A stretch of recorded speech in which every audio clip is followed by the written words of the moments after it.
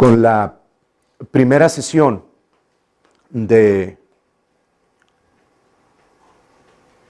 el jardín del Edén hasta el trono. Vamos a ver todo lo que podamos, hermanos, y vamos a entrar en la profundidad que el Señor nos permita y en la medida que el Señor nos vaya dando palabra y revelación. Quiero, antes de comenzar a ver ciertos puntos de la Pascua, porque estamos en días de la Pascua, decirles, hermanos, que el enemigo no era enemigo al principio. Fue un querubín o arcángel, también lo llama la Biblia, creado por Dios con un cierto propósito. Y la Biblia nos habla acerca de, básicamente, de 3 arcángeles. Y uno es Luzbel, otro es el arcángel Miguel y otro es el arcángel Gabriel, ¿verdad? Esos 3. Entonces, son los únicos que la Biblia menciona. Y a Luzbel, en Isaías 14, vamos allá al libro de Isaías, les voy a leer unos cuantos versículos. Dios lo hizo y puso dentro de él, lo creó, y puso dentro de él el poder, la unción de Dios,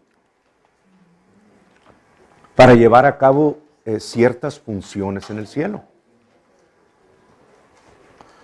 Ahora, ahí en Isaías 14, no les voy a leer todo el versículo, nada más les voy a leer del 9 al 17, porque quiero poner nuevamente bases en las que ustedes puedan entender por qué existe la muerte espiritual y por qué tuvo Jesús que morir. Y ahí va la primera vaca sagrada para muchos. ¿Por qué Jesús tuvo que morir? Espíritu, alma y cuerpo. Tuvo que sufrir las 3 muertes. Isaías 53 así lo dice en el plural. En el capítulo donde se describe al siervo de Dios sufriendo y llevando todos nuestros pecados, ahí en uno de los versículos, lo vamos a tocar, habla acerca de la muerte de Jesús, pero si ustedes se van a la palabra hebrea, dice muertes, en plural, no la muerte, las muertes. Y es importante entender esto, porque si hubiera sido exclusivamente el cuerpo de Jesucristo el que hubiera tenido que sufrir, a nivel cuerpo nada más, entonces Abel lo pudo haber hecho.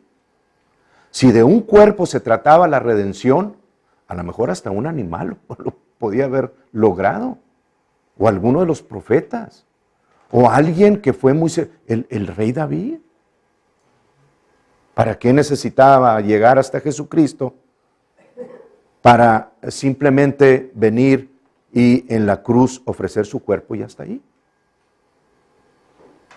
Entonces es necesario que nosotros entendamos que los 3 facetas, los 3 aspectos de la muerte de Jesucristo tuvieron que cumplirse al 100% legalmente entre las leyes del universo y las leyes del cielo todo, para que nunca jamás Satanás pudiera venir y decir, es que esto lo hiciste incorrectamente. Y trató de hacerlo. Satanás trató de atraer a Dios y tratar de pescarlo en algo incorrecto. A Dios. Y luego a Jesús. Cuando se dio cuenta de quién era ese que habría de venir y le pisaría la cabeza. Que es lo que estamos viendo ahí, ¿verdad? O sea, Génesis 3 dice la profecía que Dios le dijo a la serpiente que vendría uno de la simiente de la mujer que le pisaría la cabeza a Satanás. ¿Verdad? Entonces, Satanás desde ese inicio, desde ese momento, comenzó a esperar y a ver que esa persona, si Dios lo dijo, es porque iba a venir una persona que le iba a pisar la cabeza. Pero él no sabía cuál, porque la Biblia dice, ahorita voy a Isaías 14, la Biblia dice en Efesios 3:9,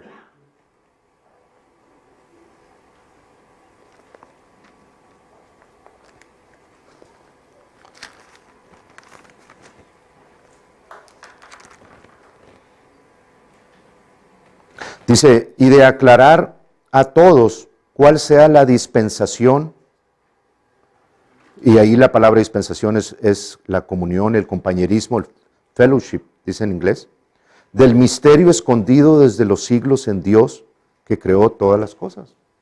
El misterio escondido de todos los siglos era la obra de redención que Dios estaba haciendo. Y Satanás ni por aquí le pasó, aunque Dios se lo anunció. En Génesis 3, le dijo que iba a venir uno que le iba a pisar la cabeza. Entonces Satanás lo estaba esperando. Cuando nace Abel y comienza a comportarse delante de Dios mejor que su hermano Caín, y comienza a traer el diezmo, porque era el diezmo, lo más gordo del ganado, y comienza a traer sus ofrendas, y mejor ofrenda que Caín, y a Dios le fue agradable eso, pero no la ofrenda de Caín. Y Dios lo consideró correcto, uno, y lo del otro no. Y a Caín le dijo, o sea, arregla tu camino. ¿Cuál es el problema? Si hiciste mal, arregla tu camino. Pero Satanás pudo convencer a Caín de matar a su hermano Abel. Pero muy pronto se dio cuenta Satanás de que ese no era el que Dios había profetizado que vendría y le pisaría la cabeza. Entonces, ese es el camino que vamos a ir siguiendo en la medida que Dios nos vaya guiando, ¿verdad? Ok, en Isaías 14, del versículo 9 en adelante, dice la palabra, dice el profeta Isaías, el Seol abajo se espantó de ti, despertó muertos que en tu venida saliesen a recibirte, la venida de Satanás al infierno. Hizo levantar de sus sillas a todos los príncipes de la tierra, a todos los reyes de las naciones que ya están en el Seol. ¿Ok? Todos ellos darán voces y te dirán, ¿tú también te debilitaste como nosotros y llegaste a ser como nosotros? Descendió al Seol tu soberbia y el sonido de tus arpas. Gusanos serán tu cama y gusanos te cubrirán. ¿Cómo caíste del cielo, oh lucero, hijo de la mañana? Cortado fuiste por tierra. Tú que debilitabas a las naciones, tú que decías en tu corazón, subiré al cielo, en lo alto, junto a las estrellas de Dios, levantaré mi trono, y en el monte del testimonio me sentaré a los lados del norte, sobre las alturas de las nubes subiré y seré semejante al Altísimo. Entonces fue un querubín ungido con el poder de Dios, creado por Dios. Y la Biblia dice, ahorita vamos a leer un poquito también en Ezequiel capítulo 28, vayan, ustedes pueden ir ya comenzando a buscarlo, que, o sea, le dio una unción al grado de que fue considerado el mayor de los arcángeles. Y tocaba y elaboraba música, o sea, con una perfección que no la podemos describir. Lo llamaba el lucero de la mañana. Pero Luzbel decidió un día, con el poder de Dios, con la unción de Dios en él, porque no era porque él se hizo solo. La perfección que él tenía en la música fue puesta ahí porque Dios la puso ahí. Como las personas que de repente vemos en el Facebook, ¿verdad? Que tienen están deshabilitadas para funcionar normalmente con sus cuerpos sobre la tierra, pero tienen el don de escuchar una canción y luego reproducirla sin fallar una nota, hermanos. O sea, es como para quedarse, wow, son dones de Dios. ¿Ok? El pecado hizo lo que hizo en sus cuerpos, pero son dones dados por Dios. Lo que Luzbel tenía fue puesto por Dios. Y en el momento que él utilizó su poder y su fama y se vio en las alturas, al lado allá en las alturas, en el lugar de Dios, comenzó con el poder de Dios a crear la iniquidad. Porque así dice la palabra, que se halló en él iniquidad. Y no se halló en él iniquidad cuando era malo, se halló en él iniquidad cuando él tenía todavía el poder de Dios en él. Entonces utilizó el poder de Dios para elaborar la iniquidad que no existía. Y luego la llevó y la consumó. Entonces vamos a ver en Ezequiel capítulo 28 y vamos a leer un poquito acerca de eso. Sí, vamos a leer del 12 al 19. Está hablando, ahorita se los describo, está hablando acerca del rey de Tiro. Tiro era una nación que la Biblia la menciona mucho, de Tiro y Sidón, que finalmente estaba en la costa del Mediterráneo y Sidón estaba dentro en el mar como en una isla y difícil de llegar, pero finalmente Alejandro Magno los conquistó ambas. Y está anunciado, pero a ese rey de Tiro se está refiriendo. Pueden leer el capítulo 27 y habla mucho acerca de eso. Pero en el capítulo 8 dice, haciendo referencia al rey de Tiro, primero, dice en el versículo 12, hijo de hombre, dice, levanta endechas sobre el rey de Tiro y dile, así ha dicho Jehová el Señor, tú eras el sello de la perfección, lleno de sabiduría y acabado de hermosura. Tiro, hermanos, fue una ciudad en la que se comerciaba todo tipo de madera y muchas cosas diferentes de todas partes del mundo venían y pasaban por ahí. Era una ciudad muy próspera en su mercadeo. Entonces está comparando al rey de Tiro, pero luego de repente en el versículo 12 cambia su atención y comienza a describir a Luzbel. ¿Ok? Dice, así ha dicho Jehová el Señor, tú eras el sello de la perfección, lleno de sabiduría y acabado de hermosura. Entonces, Luzbel no siempre fue el horripilante ser que ahorita es. En Edén, en el huerto de Dios estuviste, de toda piedra preciosa era tu vestidura, de cornerina, topacio, jaspe, crisólito, berilo y ónice, de zafiro, carbunclo, esmeralda y oro, los primores, o el ministerio, ¿verdad? De tus tamboriles y flautas estuvieron preparados para ti en el día de tu creación.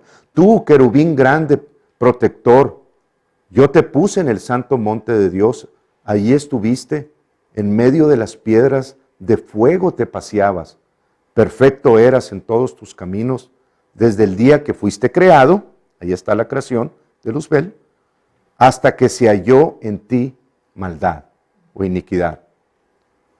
A causa de las multitudes de tus contrataciones, fuiste lleno de iniquidad y pecaste, por lo que yo te eché del monte de Dios y te arrojé de entre las piedras de fuego oh querubín protector. Se enalteció tu corazón a causa de tu hermosura, corrompiste tu sabiduría a causa de tu esplendor. Yo te arrojaré por tierra, delante de los reyes te pondré, para que miren en ti. Ok, entonces, claramente estamos viendo lo que sucedió a Luzbel después de que fue creado y Dios les dio todos los dones que le dio. Vino la soberbia, vino el orgullo, se consideró igual que el Altísimo y quiso ser igual que Él y comenzó a crear la iniquidad con la unción que tenía en su interior.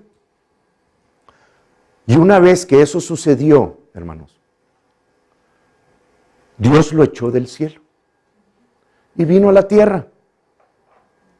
Pero cuando llegó aquí a la tierra, ya no tenía las mismas cualidades que tenía en el cielo, sino que era todo lo opuesto de lo que Dios había puesto en él. Ya no tenía la habilidad, nunca tuvo la habilidad para crear nada, porque Dios no le dio a los ángeles habilidad para crear, solamente para llevar mensajes, para hacer ciertas cosas, pero nunca le dio la habilidad que le puso sobre el hombre, porque al hombre lo hizo a imagen y semejanza de él. Cuando Adán cayó, hermanos, Adán tenía la habilidad dada por Dios. No solamente se parecía a Dios, porque si ustedes lo consultan, Dios lo tomó y sopló aliento de vida en él a la misma altura. Esto puede ser sorpresa para muchos de ustedes. A la misma altura. Y lo hizo a semejanza de Dios. Puso en el hombre la forma en que Dios hace las cosas. Y le dio un prototipo de un jardín en el que Dios le puso absolutamente todo lo que necesitaba. Es algo, se conoce ahorita como donde estaba Babilonia, ¿verdad? Adán y Eva lo que iban a hacer era tomar el poder y la autoridad de Dios, voltear a ver el jardín del Edén que tenían, el prototipo que tenían, y comenzar a llenar la tierra con todo eso, a través de la instrucción que Dios les iba a dar y la bendición, el poder de Dios para crear cosas igual que Dios. Por eso están los planetas y las galaxias incompletas, hermanos. Porque después vamos a ir nosotros allá. No crean que no vamos a seguir la obra que Dios quería seguir con Adán.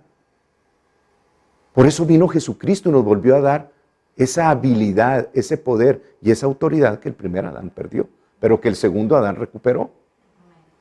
Entonces ustedes ahorita deben de comenzar a verse a sí mismos con la habilidad de Dios para comenzar a crear las cosas que no tienen a su alrededor.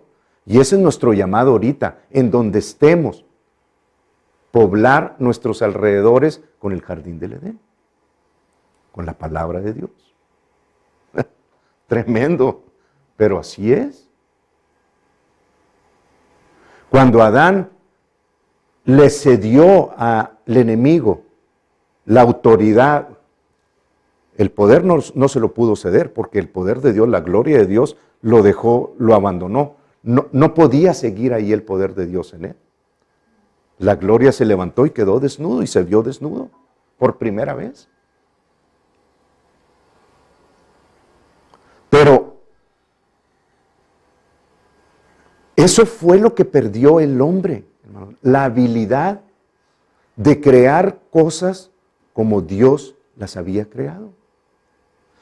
Y ahora tenía que, en lugar de crearlas sin que le faltara absolutamente nada de comer, porque no le faltaba nada, no le faltaba sustento, todas las piedras preciosas que podía haber estaban sobre la faz de la tierra, tenía agua, podía comer de todo del huerto, tenía todo a la perfección. Y lo único que tenía que hacer es voltear, ver y utilizar la forma en la que Dios hizo las cosas y comenzar a llenar lo demás.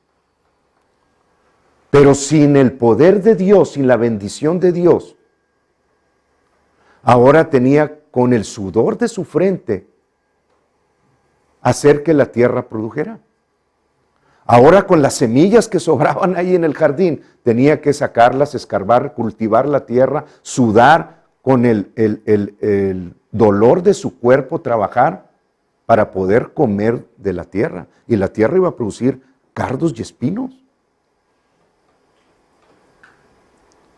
Ya no tenía, ahora tenía que copiar lo que Dios había hecho y tratar de reproducirlo en una tierra infértil totalmente.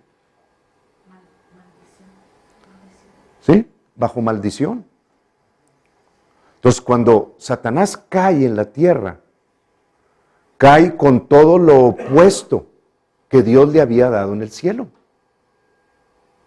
Ya no tenía lo que tenía allá. Y no tiene ninguna redención porque él creó la iniquidad con el poder de Dios. Nadie lo tentó para decirle, ándale, mira, esta persona. No, él lo creó. Nosotros lo recibimos por herencia y luego todos lo ejecutamos también el pecado, ¿verdad? Ninguno de nosotros somos libres de eso, pero nosotros tuvimos un tentador y una semilla de Adán que sigue. Dicen, bueno, pero en el milenio ya no va a haber ese problema. Hermanos, el pecado y la degeneración de la humanidad, ahorita, bueno, desde el inicio, no necesitó, en gran parte, hubiera tomado más años, pero no hubiera necesitado tampoco a Satanás para seguir degenerándose como se degeneró. Porque en el milenio Satanás va a ser atado por 1000 años. Pero la semilla del primer Adán aún va a estar sobre las personas.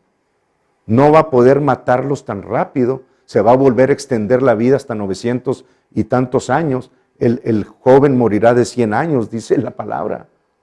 Se va a extender la vida, pero sobre las personas que pasen vivos por obras al milenio, no sobre nosotros.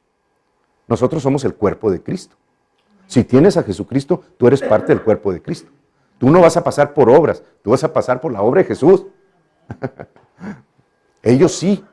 El juicio a las naciones está en Mateo 25, y en Mateo 25 se habla de las ovejas y las cabras, pero es un juicio por obras a las naciones, y las naciones que hagan lo correcto por obras van a pasar al milenio. ¿Ok? Pero van a seguir con el cuerpo que tienen ahorita. No van a tener un cuerpo glorificado. Y el pecado va a seguir. Por eso Israel va a ser cabeza de naciones y van a tener que seguir sacrificando animales, aun cuando Jesucristo sea el rey y nosotros seamos parte del reinado desde la Nueva Jerusalén. Después entramos en ese tema. Pero una vez que Satanás se halló iniquidad en él, Dios se separó de él. La vida de Dios, hermanos, se alejó de él. Ahora, yo quiero que entiendan ustedes que cuando Dios crea una cosa, nunca deja de existir. Nunca va a dejar de existir. Va a existir por los siglos de los siglos de los siglos de los siglos, por la eternidad. En la presencia de Dios o en la ausencia de Dios. Así que Satanás, Luzbel, después de que cometió esa iniquidad y ese mal, bajó a la tierra como un espíritu muerto, pero no dejó de existir. Y eso es importante que ustedes lo entiendan, porque es lo que sucede en las personas también, por causa del pecado de Adán.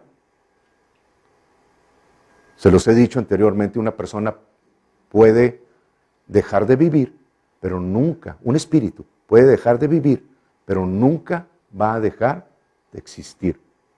Nunca, porque salió el espíritu de la boca de Dios. Nunca va a dejar de existir. Entonces la muerte corporal, La muerte del cuerpo, como nosotros la conocemos, la definición es dejar de existir, cesar de respirar. Y dejas el cuerpo este que tenemos va a dejar de funcionar. Esa es la muerte, esa es la definición de muerte que nosotros conocemos.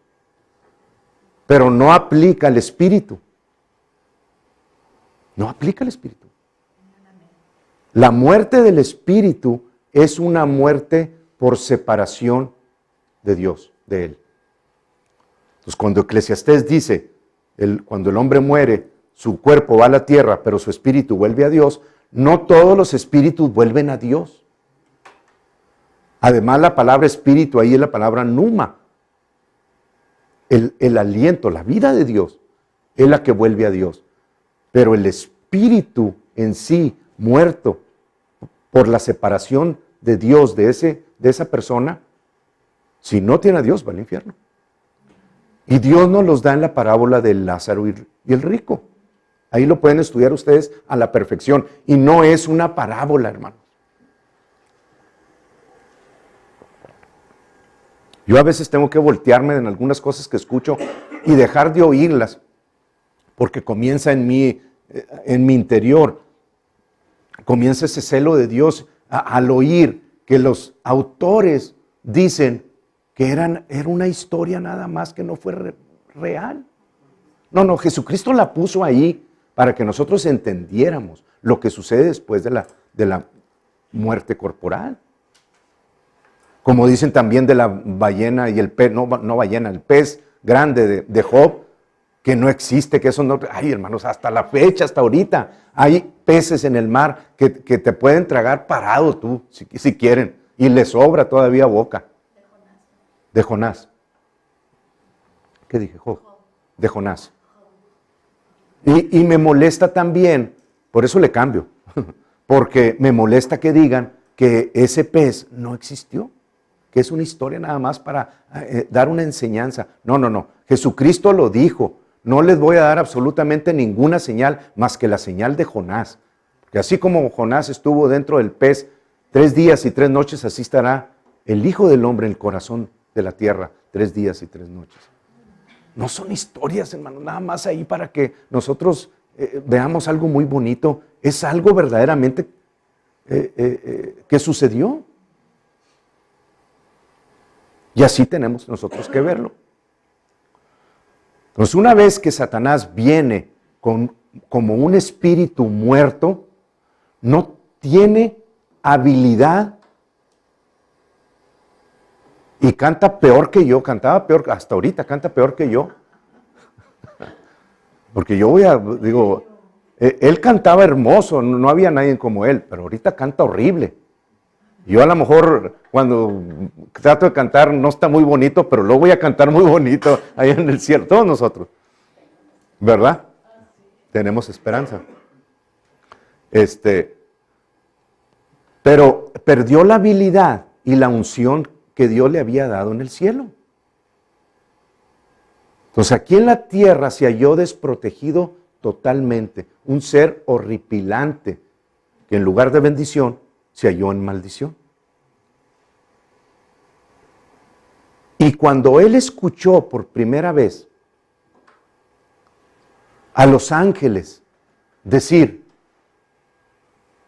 Dios, ¿qué es el hombre para que tengas memoria de él? Y el Hijo del Hombre para que le entregues en sus manos la obra de tus manos, para que se la des toda a él y lo coronaste de gloria y de honra. ¿Qué es el hombre? ¿Qué es el hombre? ¿Qué es el hombre para que tengas memoria de él? ¿Qué es el hombre? Ahí estaba Satanás también. Y cuando se dio cuenta de la creación que Dios había hecho y lo que Dios había puesto sobre él, lo que trató de hacer era robarle, quitarle para él algo que ya no poseía. Porque Satanás, les vuelvo el diablo, les vuelvo a decir, no tiene poder para crear absolutamente nada. No tiene poder. No tiene poder para ejecutar sobre la tierra absolutamente nada, a menos de que sea a través del cuerpo de un hombre. De otra manera ya nos hubiera matado a todos. Pero ahí les va lo difícil de entender. Dios tampoco. Y entre más rápido ustedes entiendan esta verdad bíblica, más rápido van a entender por qué Dios tardó 6,000 años en traer todas las cosas y finalmente tomar a su iglesia hacia arriba, o por qué tardó 4,000 años en traer a Jesucristo a la tierra.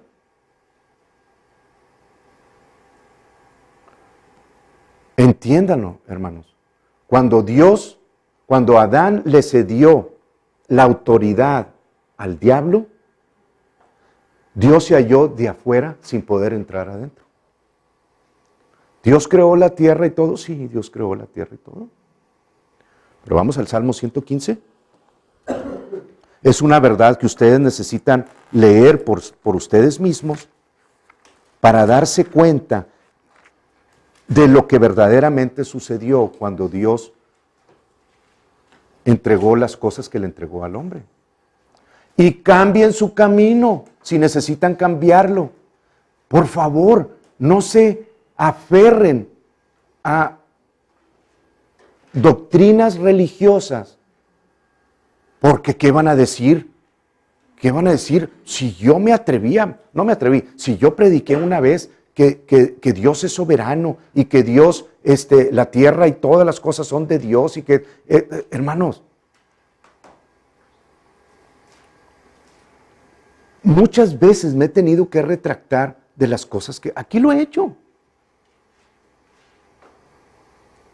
No tiene nada de malo, al contrario, tiene mucho de bueno ser honestos y decir, yo no tengo todo el consejo de Dios, pero si Dios me está trayendo y me está alineando con su palabra, pues me voy a alinear con su palabra, porque en la medida que yo lo haga, voy a entender más cosas que no podía entender, porque mi orgullo me limitaba a decir, pero es que yo ya dije eso, ¿cómo voy a decir otra cosa?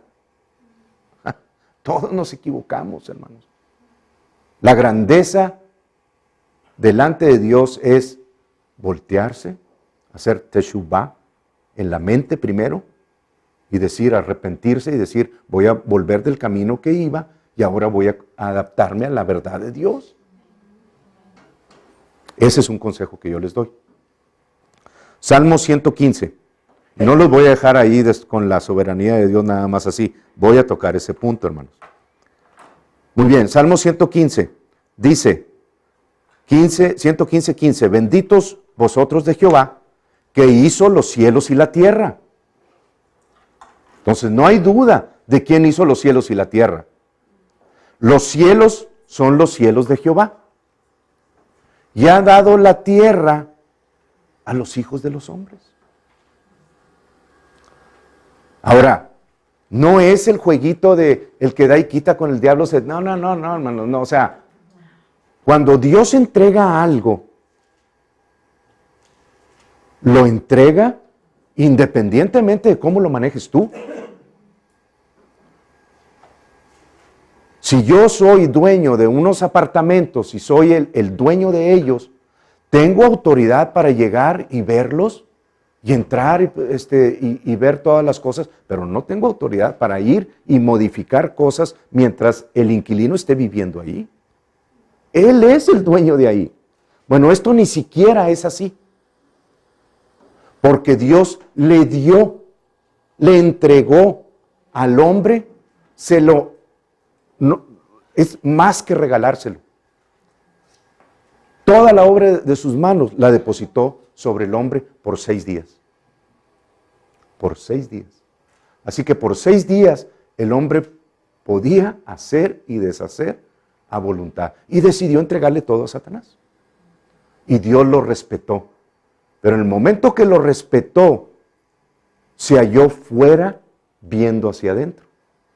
No podía entrar a la tierra y decir, como Satanás hizo, no podía nada más venir y decir, ok, bueno, me desobedeció, voy a tomar otro puño de tierra, voy a formar otro hombre con mis 2 manos y le voy a dar aliento de vida. Porque la tierra, hermanos, ahora estaba maldita por causa de la desobediencia del hombre. Ya no podía. Aun cuando la entrada de la serpiente fue ilegal, Dios no va a contestar con otra ilegalidad. Él lo que va a hacer, lo va a hacer legalmente. Y tenía legalmente el permiso de venir a la tierra y hablar su palabra. Y si alguien lo escuchaba, era a través de ese hombre que podía comenzar a cambiar las cosas. Por la obediencia de ese hombre, no por el poder de Dios. Porque, digo, no estoy minimizando en ningún aspecto el poder de Dios, porque sabemos que Dios, dice la Biblia, que con el dedo echa fuera a los demonios. Así que sabemos que tiene poder. Habacuc dice que rayos salen de las manos de Dios. O sea, ahí está escondido su poder, dice Habacuc. Híjole, cada vez que digo eso me pongo chinito. Pero, o sea, sabemos que Dios es poderoso, hermano. Y que puede hacer y crear los universos que quiera y que si algo tienes poder para hacerlo. Pero es un Dios de honra. Y es un Dios correcto. Es el juez del universo. Y nunca va a cometer un delito para tratar de componer algo más. Nunca va a hacer nada equivocado, ni nunca les va a presentar a ustedes y los va a sacar del atolladero de andar con los créditos ahí de las casas. Y va a mover las computadoras para que no aparezca todo en cero. Va a aparecer en cero, pero todo va a ser legal. Cuando ustedes entren en esa profundidad de Dios puede sacarlos de toda deuda, no para que se vuelvan a endeudar, y Dios lo haga, Dios lo va a hacer legalmente. ¿Ok? Nunca le pidan a Dios, Dios, cambia las computadoras del banco para que yo no te... No podemos pedirle a Dios que haga algo ilegal, nunca lo va a hacer, hermanos. Ni por ti, ni por mí, ni por nadie. Porque Dios es el Dios justo, correcto.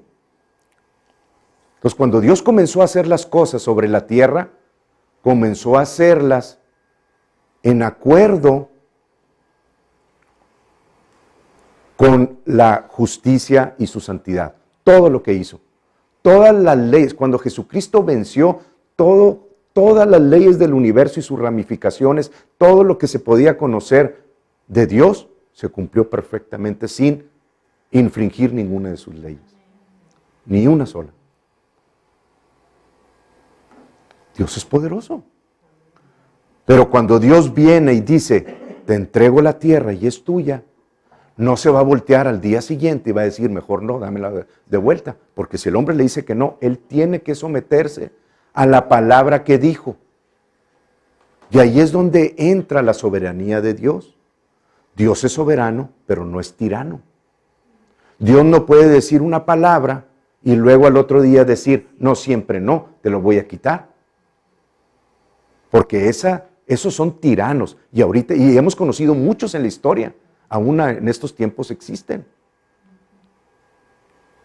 Dios es soberano, sí, pero se somete a su propia palabra.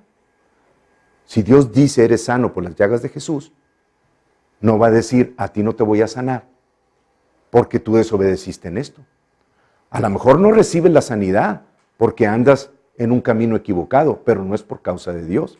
Es por causa de que le estás dando al enemigo la puertota abierta y la autoridad para que obre en tu vida. Entonces, tanto el enemigo como Dios obran a través de la autoridad que existe, que Él puso sobre la tierra en el cuerpo del hombre. Aún el Espíritu Santo tiene que usar nuestros gemidos para hablar la oración perfecta con gemidos indecibles al Padre. La perfecta oración del Espíritu Santo es utilizando la voz de un hombre. Ahora, aguas, porque Dios ya viene. Y cuando Dios venga y se acaben los 6 días, ahora sí la tierra vuelve a sus manos. Y ahora sí en un ratito va a acabar con toda la maldad que existe. Dice que va a bajar en el caballo blanco y con la luz el resplandor de su boca, en una hora, menos, va a acabar con toda la maldad. Así que no menospreciemos el poder de Dios. Yo no En ninguna manera lo estoy menospreciando. Al contrario. Pero no quiero que ustedes comiencen a esperar que Dios haga algo sin que ustedes reciban la autoridad de la palabra y la pongan por obra para permitirle a Dios obrar en sus alrededores. Dios no lo va a hacer si no es por ustedes. Y esa es una verdad, hermanos, que necesitan modificar y entender como cristianos, como hijos de Dios. Porque si no lo entienden, van a ser de las estadísticas de las personas que van 40 años a la iglesia, sentadas, y de repente se mueren. ¿Y por qué se murió? Si iba todos los días a la iglesia, pero tenía mucha fe, hermano, y se murió porque no entró en la palabra. Tan sencillo como eso. Jesucristo todo lo hizo como hombre, hermanos. Todo lo hizo como hombre. No hubo, era todo Dios, pero era todo hombre. Y aquí en la tierra se despojó de sus privilegios divinos para caminar como hombre bajo el pacto abrahámico. Y bajo ese pacto abrahámico, Él ejecutó e hizo todas las cosas en obediencia al Padre. Y como caminó perfectamente, Jesús dijo, mi vida es mía. Nadie me la puede quitar. Yo la pongo cuando quiero y tengo poder para volverla a tomar. Qué declaración tan poderosa esa. Pero es una declaración tan poderosa y lo puede ser en nosotros. Porque tenemos la verdad de Dios nosotros. Lo trataron de matar y no pudieron. Lo trataron de despeñar y no lo pudieron aventar. Lo trataron de apedrear, no lo pudieron apedrear. Lo trataron y nunca pudieron tocarle ni hacerle ningún rasguño porque la vida está por encima de la muerte. Hasta que Él, en obediencia al Padre, en el misterio escondido desde los siglos, que nadie lo sabía, y de repente los profetas decían, ¿y quién será? ¿Y quién será? Oye, ¿por qué habla de esta? ¿Quién será esa persona? Abraham tuvo una probadita de eso. Y muchos profetas deseaban ver lo que nosotros estamos viendo ahorita.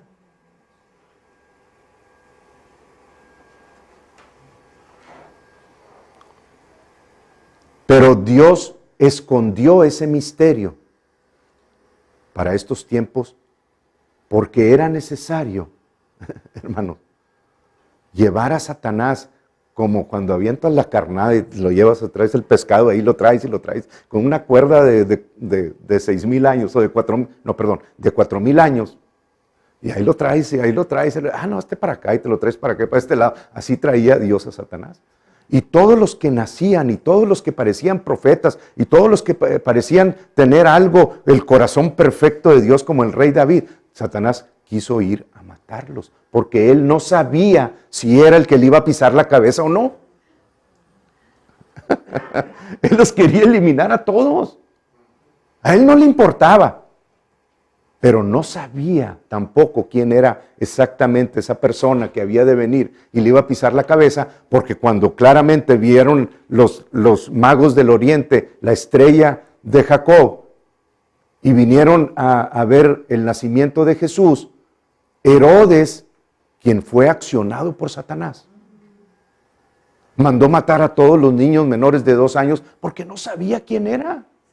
Si no, hubiera ido específicamente ahí con José y María y hubiera matado a ese niño. ¿Por qué no lo hizo?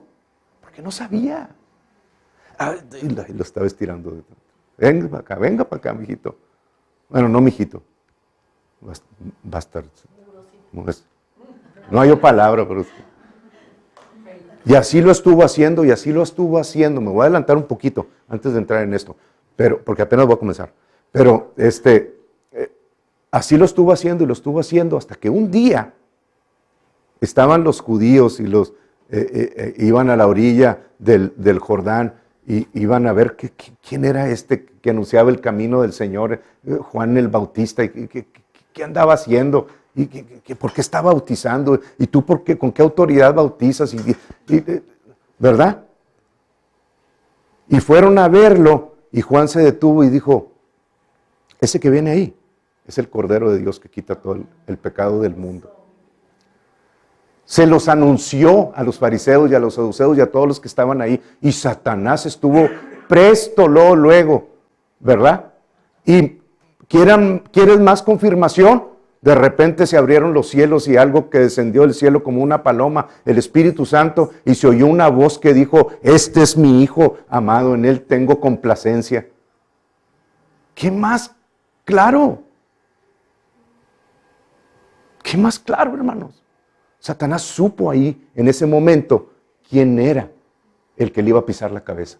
E inmediatamente de ahí se fue al monte de la tentación y ahí trató de matarlo con 3 formas diferentes.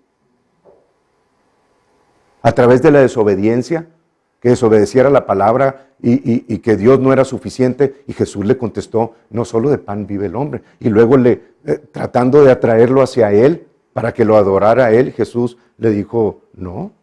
Y él dijo: pero pues si a mí me fueron dados todos estos reinos, tu hermano Adán me los dio. Y a quien yo quiero se los doy. Yo te los entrego si tú postrado me adoras. No. A mi Dios solo adoraré. Y luego en la última le dice: tírate de aquí, usa la palabra y Dios te va a salvar. Trata, ¿verdad? Y Jesús no accede. Pero lo trató de matar inmediatamente. Y de ahí en adelante comenzó la carrera hacia la cruz. Y Satanás sabía que ese era y trató de matarlo.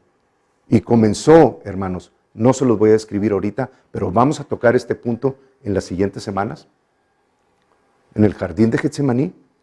Y quiero que ustedes entiendan el jardín de Getsemaní, porque fue la primer muerte que Jesús sufrió, la muerte del alma. Y luego fue a la cruz, donde sufrió la muerte del cuerpo. Y luego quedó el grano solo, que salió, lo tomaron los toros de Basán y lo llevaron al infierno, donde murió espiritualmente. Y ahí es donde se me desmayan los religiosos. Pero si Jesús no hubiera hecho eso en las 3 áreas del ser, ustedes tendrían que ir a pagar por eso. La paga del pecado fue perfecta en todos los aspectos y las vamos a describir.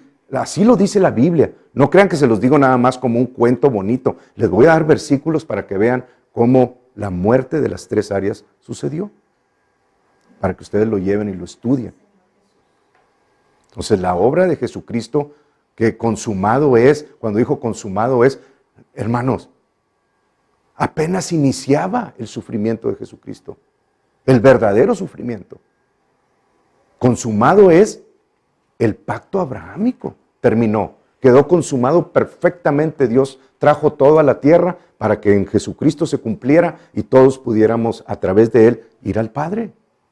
Pero el sufrimiento de Jesús no paró ahí. Y eso lo vamos a ver en las siguientes sesiones. ¿Ok? Así que si ustedes quieren saber eso, pues vengan. Y si no, pues véanlo a través del internet. Pero por favor, hermanos, por favor, no cierren su corazón. No les estoy diciendo esto para contradecirles sus doctrinas. Les estoy diciendo esto para que puedan dejar a Jesús morir finalmente en espíritu, alma y cuerpo.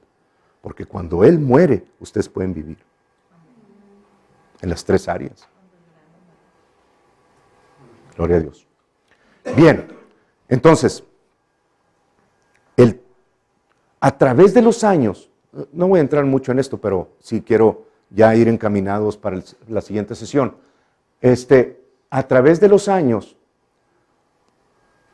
Satanás, en su intento de hallar quién era aquel que le iba a poner la cabeza arriba, a pisar la cabeza, trató de, a través de diferentes líderes, exterminar sobre todo al pueblo de Dios. Y movió sus tronos en diferentes naciones. Digo, se ha movido en muchos lugares, pero básicamente lo podemos ver en Egipto, el trono de Satanás en Egipto, luego en Asiria, luego en Babilonia,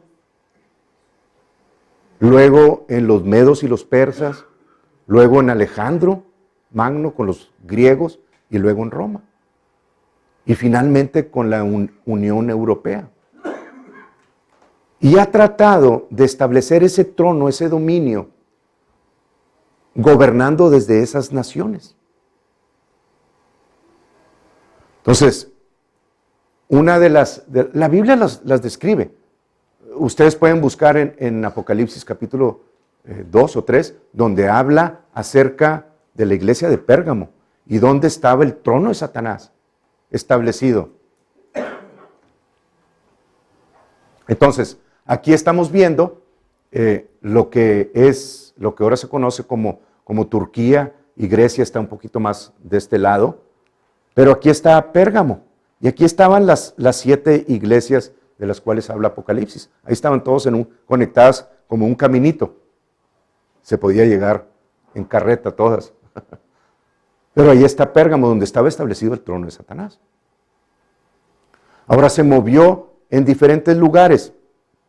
Este es el trono del cual la Biblia lo describe como el de Pérgamo, que estaba en Grecia, en la Acrópolis, en la loma esa de la Acrópolis, donde había, la eclesía también, ahí se instituyó, pero también estaba esto donde se hacían los sacrificios en su interior, donde se le presentaban al rey, al dios Zeus, ¿verdad?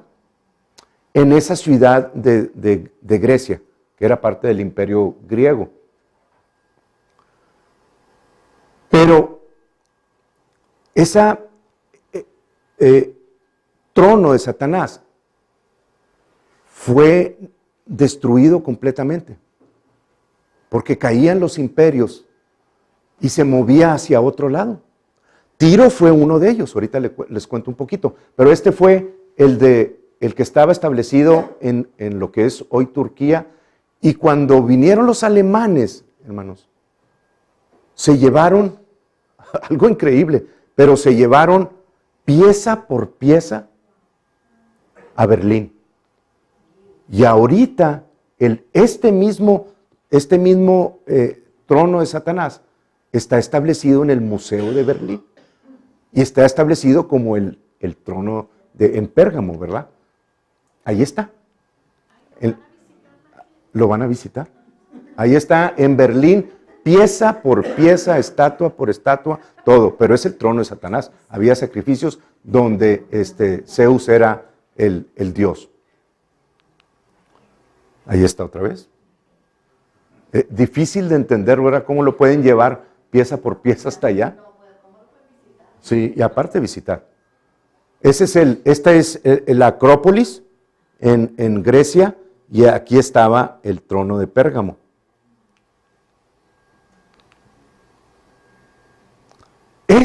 Hermanos, es en Tiro.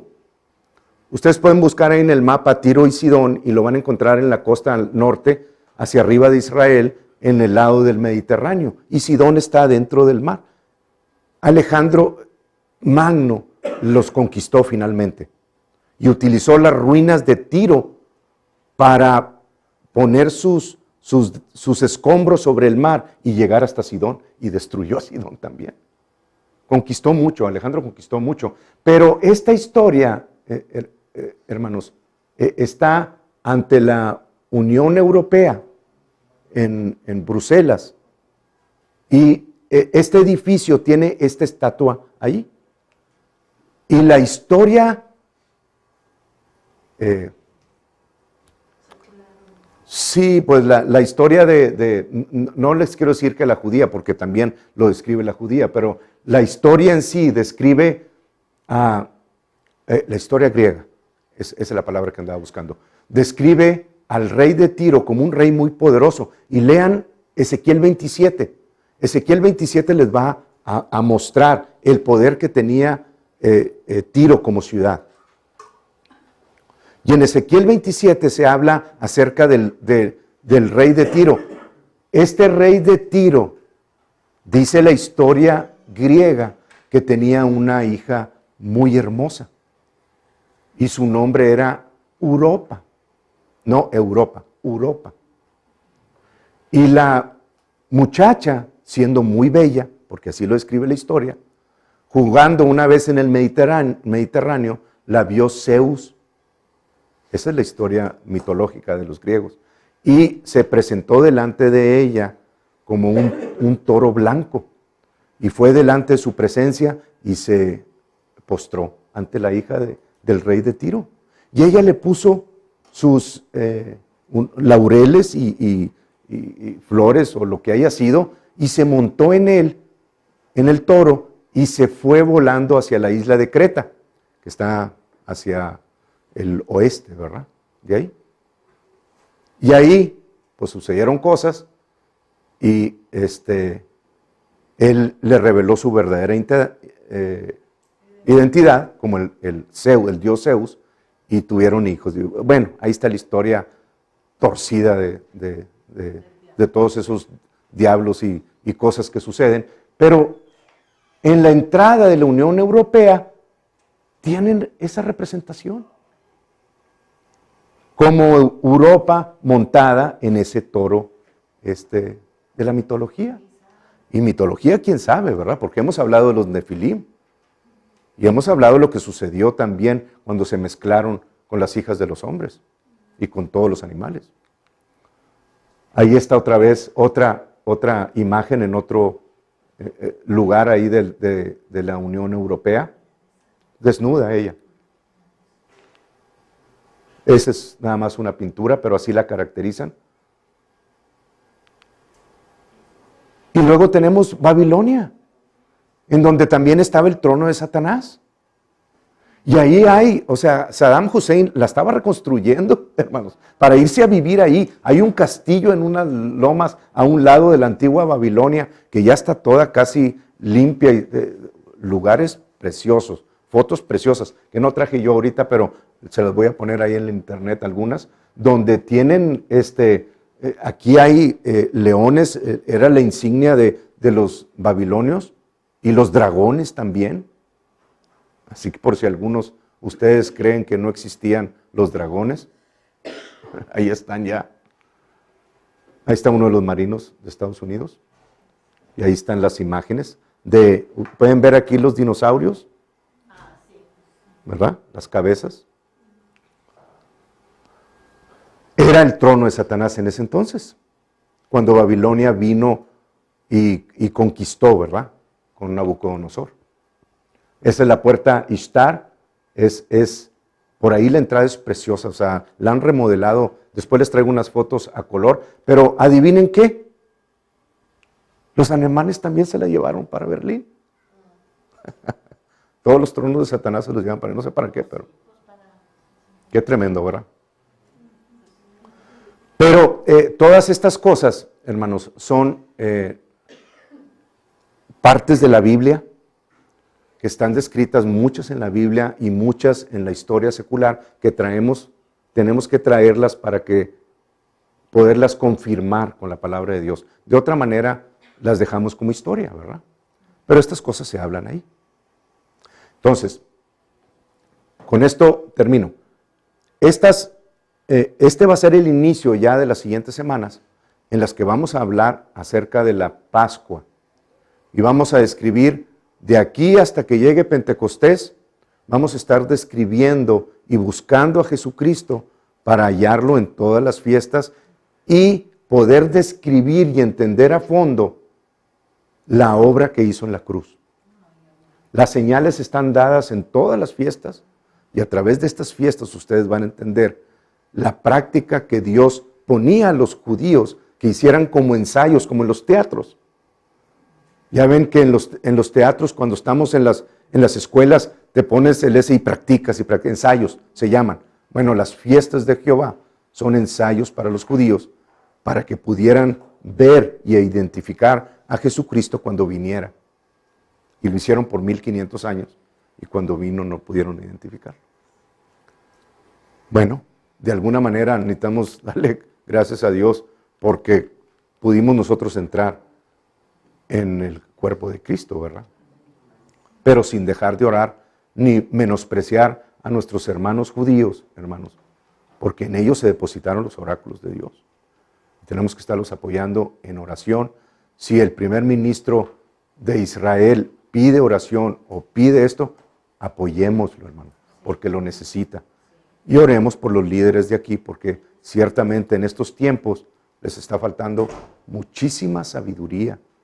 Y apoyen, por favor, no soy partidario de ningún partido político, ni de México ni de aquí, pero apoyen, por favor, a todos aquellos candidatos que se levanten con la bandera de Dios en su boca,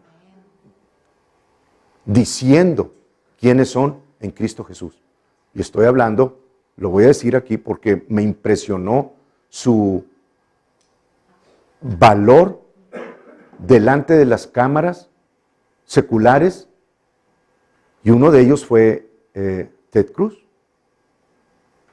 Él dijo: si tú no estás con Israel, yo no estoy contigo. Lo dijo ante toda la... Otro de ellos es el gobernador de Texas, Greg Abbott. Es un valiente de Dios, un cristiano en toda la palabra, que trae bien puesta la camiseta, hermanos. Es un ejemplo para todos nosotros. Y yo estoy esperando seriamente que Dios hable a algún de mis hermanos, incluso yo nomás estoy, que Dios me diga, pero que Dios hable a alguno de mis hermanos para que vayan y con la guía de Dios imponer manos sobre el hermano y se levante de esa silla.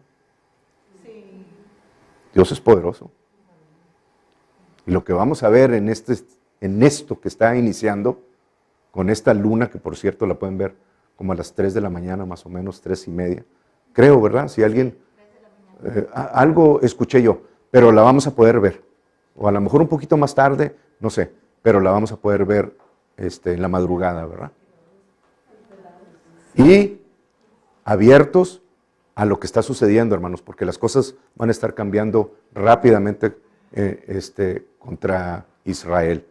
No oren para que no suceda nada de Israel, oren para que se cumpla la voluntad de Dios rápidamente y sean resguardados las personas lo más rápido posible, pero no digan: Señor, que no le pase nada a Israel, porque ya está escrito.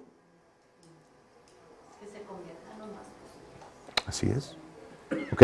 No podemos ir en contra de lo que Dios establece. Bien, amén. Entonces, así vamos a seguir la siguiente semana. Vamos a inclinar nuestro rostro y vamos a despedirnos en el nombre de Jesús.